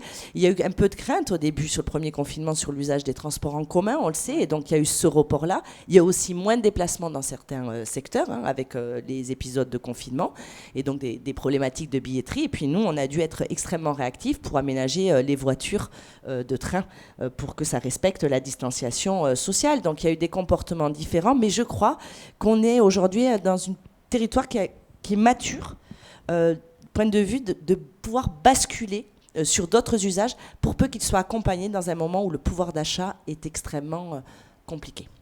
Merci beaucoup Nadia Pelfig. Alors je crois que Ben, c'est le moment où vous rendez l'antenne, comme on dit dans le métier, c'est bien ça, vous allez nous quitter. En tout cas, merci d'être resté avec nous pour nous faire remonter les questions des internautes. Merci beaucoup. Bonne suite. Je vais maintenant demander à Alexandre Ziza de nous rejoindre, qui va nous parler de Hyperloop TT, Transportation Technology en anglais, d'accord? Et on va dire juste Hyperloop TT, si vous êtes d'accord, en français. Donc je pense que vous connaissez tous le milliardaire américain Elon Musk. Elon Musk, à l'origine de PayPal et de SpaceX et de Tesla, qui a proposé un projet de recherche industrielle en 2013 et qui a laissé plusieurs entreprises s'emparer du développement de cette technologie. Cette technologie, vous allez voir, c'est un projet futuriste de train à grande vitesse qui s'appelle Hyperloop et qui est basé sur une voie qui est faite dans des tubes sous vide. Me corrige. Alors bonjour, merci d'être avec nous. Bonjour, merci de m'avoir invité. Alors vous avez quand même avec Hyperloop ce qu'on appelle l'effet waouh, c'est hyper impressionnant. Et puis on a un peu l'impression d'être dans un film de science-fiction. Alors vous, ce qui doit être compliqué, c'est qu'il faut faire des études de faisabilité. Il faut pouvoir, comme on en a parlé tout à l'heure, pouvoir vous installer, puisqu'il faut construire des pylônes, il faut construire des tubes pour faire circuler ces navettes à l'intérieur. Comment vous êtes implanté sur ce site-là de la métropole et sur Francazal ? Alors oui, c'est un projet qui fait rêver, on est tous passionnés par ce projet. C'est aussi un projet qui est très concret. Beaucoup ont parlé de Francazal ce matin et nous y sommes implantés. D'ailleurs, on commence à avoir une piste d'essai là-bas qui est très concrète et très visible pour faire ces essais. Le propre d'Hyperloop, l'objectif, pourquoi est-ce qu'on a besoin de cette technologie ? C'est que le tube apporte un certain nombre de simplifications dans la conception et on pense pouvoir démontrer à la fois le niveau de sécurité mais aussi le niveau de coût d'opération et de déploiement, de démontrer qu'on est sur un système qui est intrinsèquement rentable. Donc en gros, on n'a pas besoin d'argent public pour déployer une route Hyperloop. Donc quand on pense au footprint, vous évoquiez la place qu'il faut pour déployer une route, il y a le footprint physique, pardon pour l'anglicisme, mais qui en réalité est assez réduit. Quand on est sur des pylônes, on n'a pas besoin de beaucoup de place pour déployer un système. Pour les gens qui n'ont pas vu... Il faut un pylône tous les 30 à 40 mètres. Et large comment au sol? Et large, 1,50 m par 1,50 m à peu près pour tenir 2 tubes. D'accord. Voilà. Donc on n'a pas besoin de forcément saboter les infrastructures existantes. On n'a pas besoin, non, on peut au contraire même s'appuyer sur l'existant. Ça nous facilite l'ouverture de corridors, comme on dit. Et on est capable de déployer ça avec une empreinte sur l'environnement qui est extrêmement limitée. Par ailleurs, on est sur un système où les émissions de CO2 vont être extrêmement limitées comparées à d'autres moyens de transport. Bien sûr, il y a une génération de CO2 pour déployer une route, mais derrière, on est sur quelque chose qui est à, on va dire, bilan quasi nul. Donc, durant toute la phase d'opération, on n'émet quasiment plus de CO2, ce qui fait que pris sur une durée de vie d'un équipement de transport, on est extrêmement compétitif. Alors, est-ce qu'on pourrait dire, si on veut simplifier, est-ce que c'est juste si je disais, par exemple, ça serait pratique comme le train, mais plus rapide que l'avion, puisqu'un avion, ça va, je crois, à 800, 850 km/h, et que Hyperloop, ça peut être 1000, 1200 km/h. Est-ce que c'est juste ? Oui, on est un petit peu entre les deux technos, même si pour moi, on n'est pas vraiment en compétition avec ces technologies. On propose plutôt une nouvelle solution de transport, et c'est aux donneurs d'ordre public de composer avec ceux qu'ils ont à disposition pour offrir la meilleure mobilité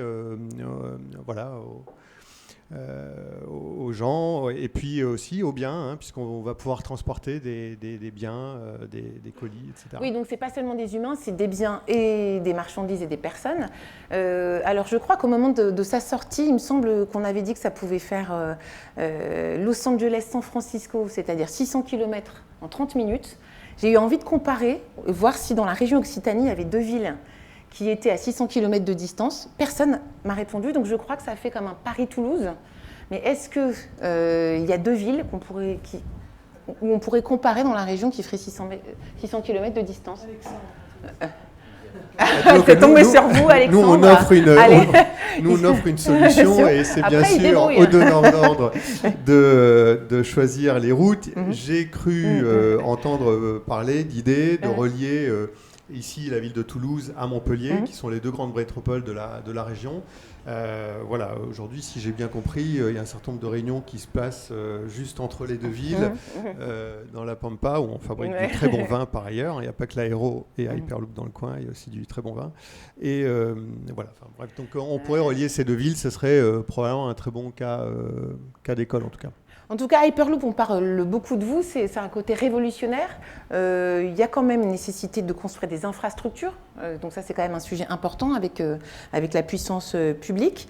Et puis il y a des partenariats mondiaux, il y a des projets en Europe aussi. Et est-ce qu'on n'est pas sur un espèce de chantier colossal où vous devez en même temps faire de la recherche-développement, faire de l'expérimentation, traquer la réglementation, et en même temps aller un petit peu, si je peux me permettre, faire la danse des 7 voiles au pouvoir public pour arriver à les convaincre d'utiliser votre solution dans des plans à 5, 8, 10, 15 ans, je ne sais pas? C'est un très bon résumé. On a en effet de nombreux chantiers. Il ne s'agit pas de ne faire que développer la technologie. Il faut aussi d'ores et déjà identifier des premières routes qui nous permettront au passage de construire des prototypes suffisamment longs pour démontrer le niveau de sécurité, donc la certification.